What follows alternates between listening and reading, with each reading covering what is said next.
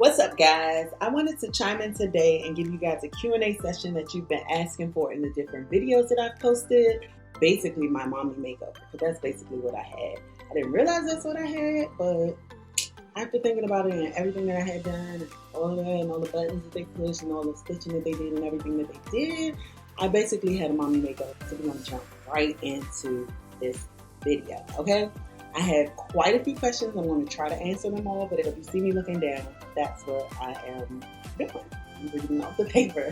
What surgeries have I had done overall?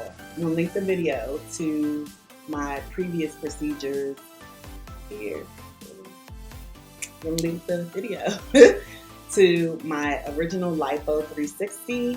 And I also just recently had a mommy makeover in, this is November, so I had it in September. I had originally Lipo 360 in January 2021, and then 8 months later, I had a mommy makeover, which included a tummy tuck, extended tummy tuck with muscle repair and hernia repair, and then I had breast augmentation with just a fat transfer from the different lipo areas that they included in the tummy tuck procedure. So I had lipo of the flanks, lipo of my entire back, which my doctor gave me as a bonus because I definitely did not pay for that, but lipo on my back and lipo on my thighs, and all of the fat that was collected from those different places I had transferred to my breasts to make them fuller instead of bigger, but fuller because I lost volume after I had my children. I'm 23 years postpartum. 23 years postpartum, okay? And the volume just wasn't there, so I had breast augmentation, fat transfer. All right, no implants, no silicone, nothing, just fat transfer. When did you have both procedures? So I had the first procedure done January 13th, 2021, and then I had the mommy makeover done September 16th, 2021. So basically 8 months apart from each other. Which one was worse? Hands down, by far, the mommy makeover was the worst. But it wasn't even the tummy tuck part of it. It was the lipo part of it that was the worst, because my back was on fire. Like, it really, really hurt. It was so sore. My back, my thighs. So I had to walk everywhere. Me not even thinking about it. I have to walk everywhere. So that really hurt. My hips really hurt. I got my back done, but I also got my bat wings done. So that really hurt. So I couldn't really, my range of motion was kind of off for a while. So the lipo, hands down, was the worst part. The first procedure was Lipo 360. That was awful. But after about, I'd say 2 weeks, I was back to, moving around like normal. This procedure, so after about 2 weeks, I was moving around better. But because of the whole muscle repair and hernia repair of it all, of course, I couldn't walk around like normal. I was walking with a walker. I had to use a urinal. I had so many different contractions and things that I had going on, but it was drainless. I didn't have drains. So that part was better, but overall, this procedure, hands down, was worse than the first procedure. Am I upset that I had it done? Absolutely not. I'm so glad that I had it done because your girl is snatched. I feel much better knowing that the inside is healed along with the outside. So yes, this one by far, hands down, was the worst. All right, did I get a revision for the first procedure that I had? So no, I was not approved for the revision for my Lipo 360 because from what I was told by my previous surgeon, Dr. Mirfat, was that I had rectus diastasis recti or recti diastasis. I was also told that it was good that I got the lipo first, because with a tummy tuck, they don't really take out a whole bunch of fat. They just tighten your skin. They pull you tight. And then you still eventually would need the lipo to make sure that the fat doesn't come back and stretch you back out. So I had the lipo first and then the tummy tuck. So it's kind of still worked out in my favor, even though I still would have worked it out where it was a little bit better set up because I would have been through my recovery at this point, basically. What was wrong with you that made you need the tummy tuck? I don't understand that question. Nothing was wrong with me. Like, I would have lived in theory. I would have lived with no problem had I not gotten surgery, but I had muscle, like my muscles were separated. So I had massive lower back pain.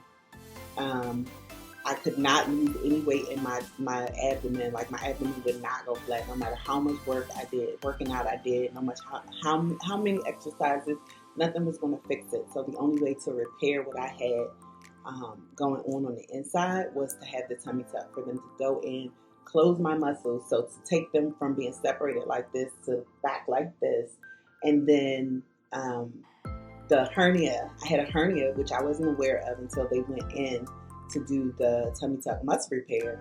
That had to be pushed back in, which was exacerbated by the lipo that I had originally. So that was what was going on the inside. I won't necessarily say it was what was wrong with me, but that was what was going on the inside that needed to be repaired so that I could be made whole. Without being made whole, yes. How much was your second procedure? So my second set of things, like the total mommy makeover, was $12K, and the original one was $7K. I had a lot of discounts on the original one, and then I got a few discounts on the second one as well because of the things that I had coupled together: the breast augmentation, the fat transfer along with the lipo, and the tummy tuck, and all that. I had a lot of things coupled together, so it gave you discounts. Did you finance it, and with who? So the first one I did not. The first one I paid out of pocket. This mommy makeover I did finance. So Alpheon credit is specifically for medical procedures, whether it's plastic surgery, whether it's dental surgery, whatever kind of cosmetic surgery you need. Alpheon credit is amazing. And then there is the upgrade credit, line of credit that I got. Who was your surgeon? I said it a few minutes ago. So the original surgeon was Dr. Saeed Mirfat, who did the lipo with Sonobello. And then the second surgeon was Dr. Eamon Hackney, and he's with Luxury Cosmetic Medical Center in Waldorf, Maryland. But I think they also have a surgery center in New York. So I'm not sure, but I feel like when I went to my consult, they talked about another office that they have in New York. So you can try and look him up with that area as well. What's one thing you wish you had known prior to this procedure? I wish I knew how long I was going to be down. Like, I'm at 2 months and I'm still struggling with the recovery. The recovery period is much longer than just lipo. Because it's internal and external healing that has to happen. And like, I'm still only able to sleep on my back. I am still dealing with the scar, and sometimes it eases and things. My navel, I'm still having issues with the pain around my navel. Like, there are a lot of things that are going on in this recovery process. It's the long game. It's not a short game. It's a long game. And I wish I kind of knew exactly what the timeline was. I kind of wished I had a magic dial that would tell me, okay, you're going to be in recovery for this amount of time and that's it. But that doesn't exist because everybody is different. I mean, I didn't know anything about nerve pain that I would experience. I didn't know anything about my body rejecting sutures. Like, I've had so many different things come up along this recovery road that I wasn't expecting. So I wish I had known that. But those are the things that I wish I had known about, or I wish I had known to look up. How long before you were able to be mobile? So it took me 2.5 weeks to be able to stand up straight. Like, I literally was walking around like the Hunchback of Notre Dame for 2.5 weeks. I could not drive my car. I could not walk in the house without being bent over. I could not sleep laying flat. I had to sleep in the recliner chair for 2.5 weeks, almost 3 weeks. Even standing straight up, I still, for another another week, I still had to sleep in the recliner because I could not lay flat. Like, and putting it comfortable, it just is not working out. And getting in and out of the bed just is not working out.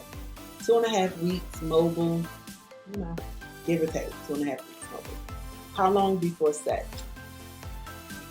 So that's a different story. So I don't know about y'all, but when you cut, like they literally cut me in half and then sewed me back together. I don't know if y'all watch those cartoons where they get sliced in half and then they walk in and something slices them and they like walk in and everything is apart. I don't want nothing up in there doing nothing. So I was naturally on a restriction for 2 months, like 2 months restriction, but then I've had different issues come up between then and now, and I'm still on restriction. But I was told that 6 weeks is the minimum amount of time that you're supposed to be on restriction. But I know people that did it after a couple weeks. Like, I don't know how they did it, but to each his own. I'm just trying to recover, and my husband is very supportive to the recovery. So 2 weeks is the shortest I've ever heard anybody do it. 6 weeks is the shortest that I was told that's required. And then 2 months is the longest that I've heard a restriction. But, you know, you got to go according to what the doctor tells you to. Okay, guys, so that was quite a bit so far, and that's not even the end of it. So I want to make sure that I am able to answer all of your questions, but I don't want you guys to get bored with the content. So I'm going to stop this video here, and what I'm going to ask you to do is go ahead right down there and smash that notification bell so that you can get the updates and alerts for when I upload the second part to this Q&A video. I'm super excited about the content that you guys are going to be getting over the next few months, and I will just see you guys in the next video because I have so many more questions that you guys asked and that I had so many answers to. I mean, like pages and pages and pages of questions. So make sure you are staying tuned into my channel for the next video. All right, guys, see you in the next one.